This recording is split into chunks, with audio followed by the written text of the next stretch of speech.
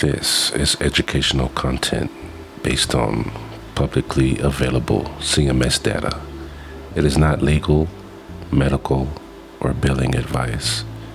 Always consult your compliance team for guidance specific to your practice. The Advance Beneficiary Notice is one of the most misunderstood forms in DME billing, and getting it wrong costs you money every time. If you provide equipment that Medicare denies and you didn't have a valid ABN on file, you cannot bill the patient. You absorb the entire cost. On the other hand, if you issue an ABN when you shouldn't, you create a compliance risk and potentially violate patient protections.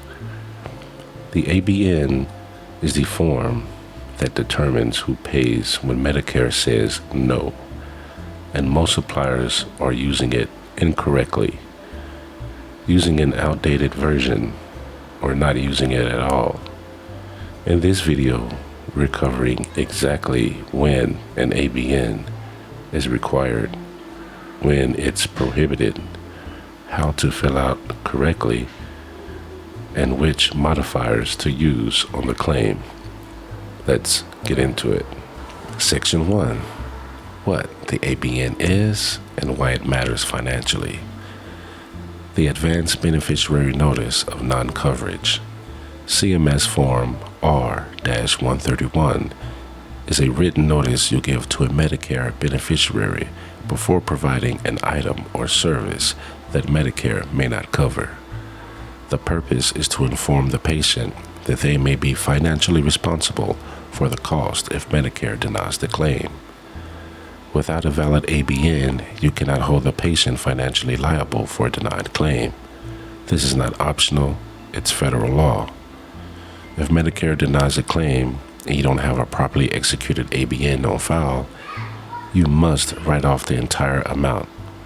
You cannot bill the patient, send them to collections, or offset the loss against other claims. The financial impact is enormous when calculated across suppliers' entire claim volume.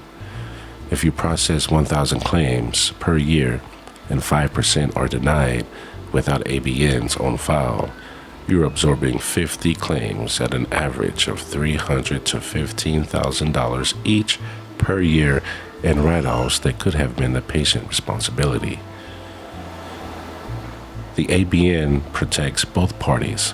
It protects the patient by ensuring they understand the potential costs before receiving the item. It protects the supplier by preserving the right to collect from the patient if Medicare doesn't pay. Without it, the supplier bears all the financial risk of a denial. Section 2. When an ABN is required, mandatory versus voluntary. There are two types of ABN situations, mandatory and voluntary. Understanding the difference is critical for compliance.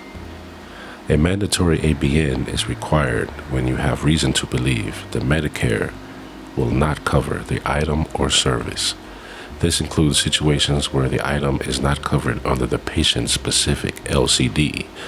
The patient does not meet the medical necessity criteria. The items exceed a frequency limitation. The patient has exhausted their benefits for that category, or you have specific knowledge that the claim will be denied. The key phrase is reason to believe. You don't need certainty. You need a reasonable basis for thinking Medicare won't pay. If you've been getting consistent denials for a particular item in a similar circumstance, you have reason to believe. A voluntary ABN is issued when you're unsure whether Medicare will cover the item. This is the gray area. The documentation might be borderline. The medical necessity is arguable, or the item is in a coverage category that's frequently denied. A voluntary ABN gives the patient the choice. Proceed knowing they might have to pay, or decline the item. An ABN is not required when Medicare coverage is clear and you have no reason to expect a denial. Issuing unnecessary ABNs is a compliance violation. It can be considered an attempt to shift financial risk to the patients for items you know Medicare will cover.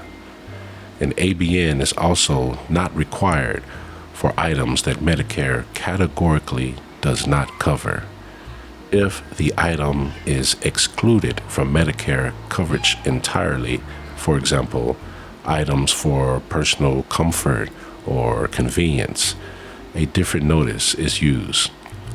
The ABN applies only to items that Medicare might cover, but that you believe will be denied for this specific patient or situation.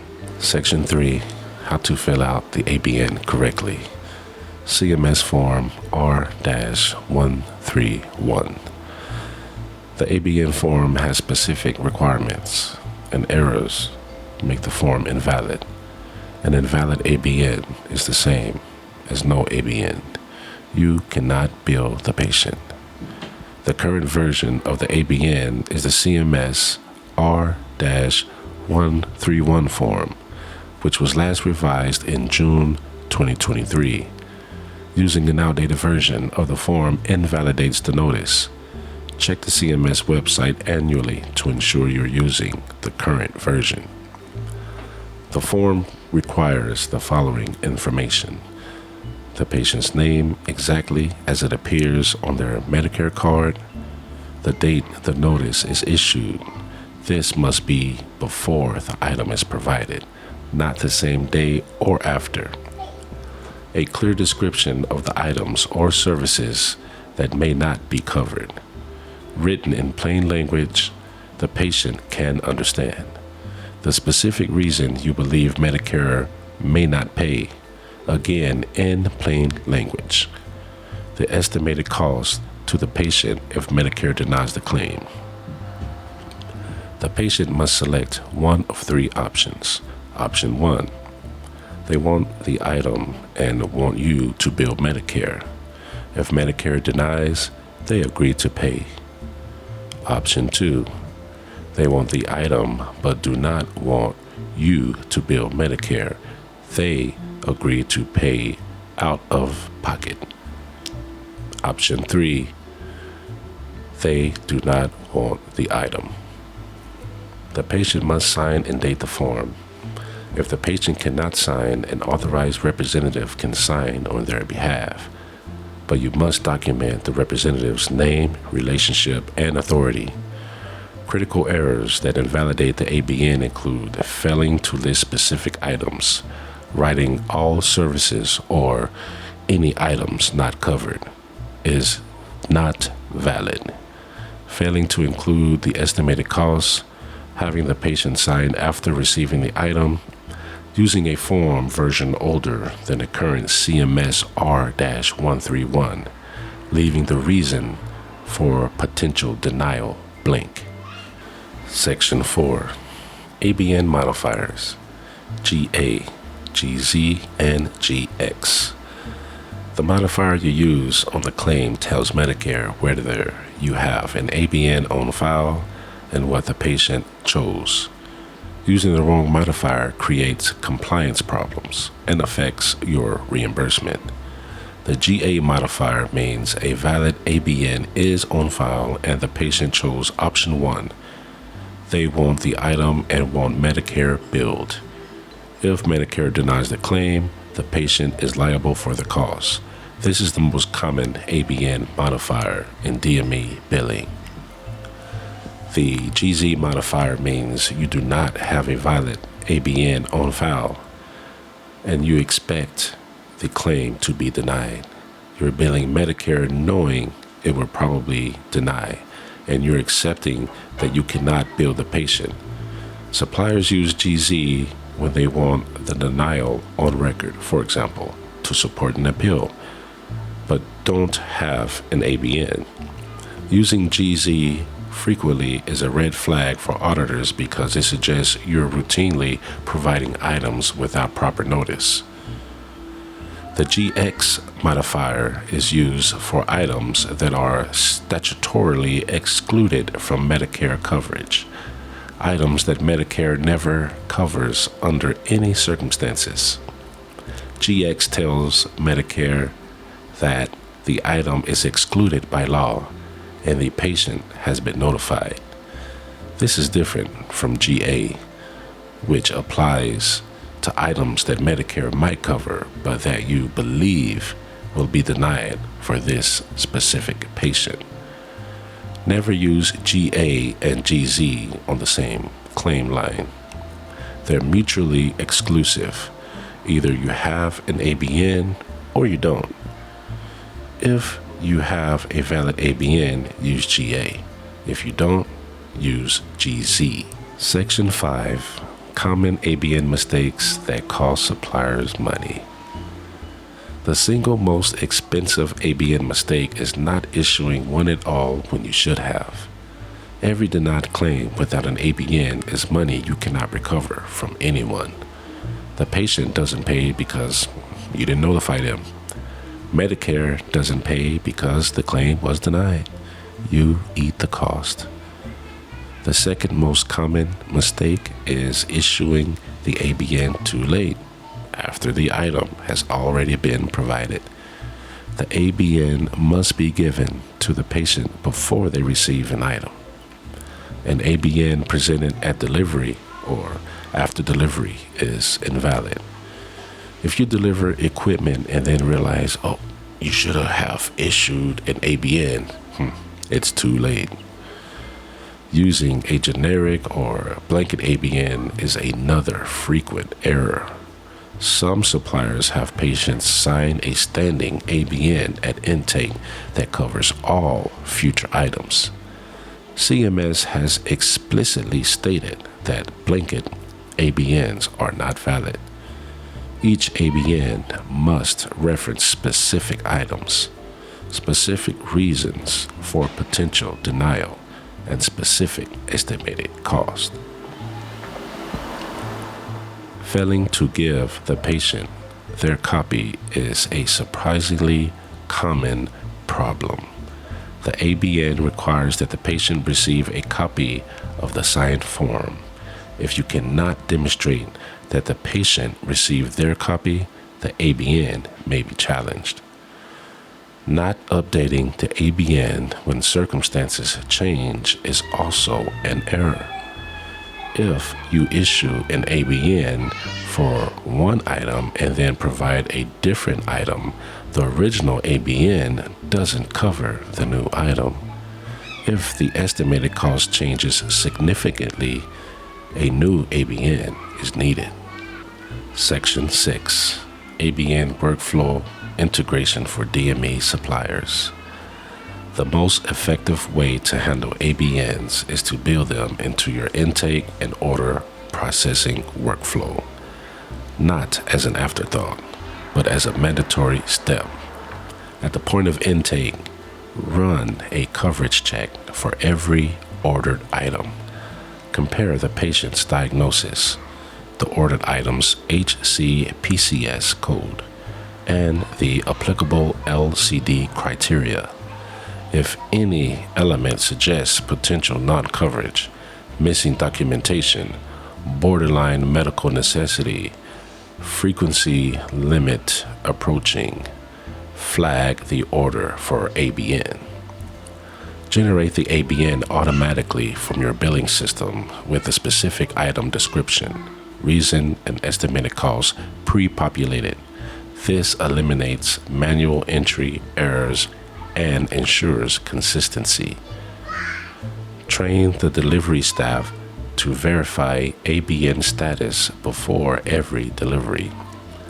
No valid ABN on file for an item with a coverage question means delivery doesn't happen until the ABN is completed.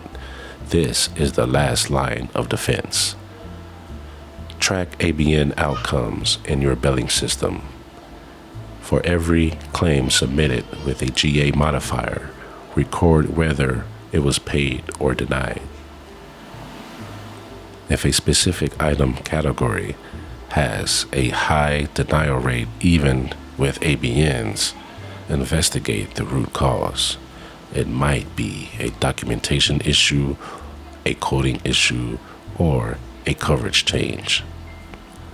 Audit your ABN files quarterly. Pull a random sample and verify that each ABN has the correct form version. All required fields completed. Patient signature dated before service delivery. Estimated cost listed. Specific items described. And patient copy documented as provided. Section 7. State-specific ABN considerations and Medicare Advantage. ABNs apply to Original Medicare, Parts A and B. Medicare Advantage plans have their own notice requirements. They may differ from Original Medicare. If you serve Medicare Advantage patients, check each plan's specific financial notice requirements. Many MA plans require their own forms. Some states have additional notice requirements beyond the federal ABN. These state laws may require specific language, additional disclosures, or different delivery methods. Check your state's Medicaid and consumer protection laws to ensure your ABN process meets both federal and state requirements. For dual eligible patients, those with both Medicare and Medicaid, the ABN process is more complex. If Medicare denies a claim, Medicaid may pick up the cost. Billing a dual eligible patient for a Medicare denied item without checking Medicaid coverage first can violate both federal and state billing rules. If you want to automate ABN tracking and coverage verification, check out MyMedi-AI at MyMedi-AI.com. We flag coverage gaps before you deliver equipment, so you always know when an ABN is needed. Thanks for watching. See you in the next one.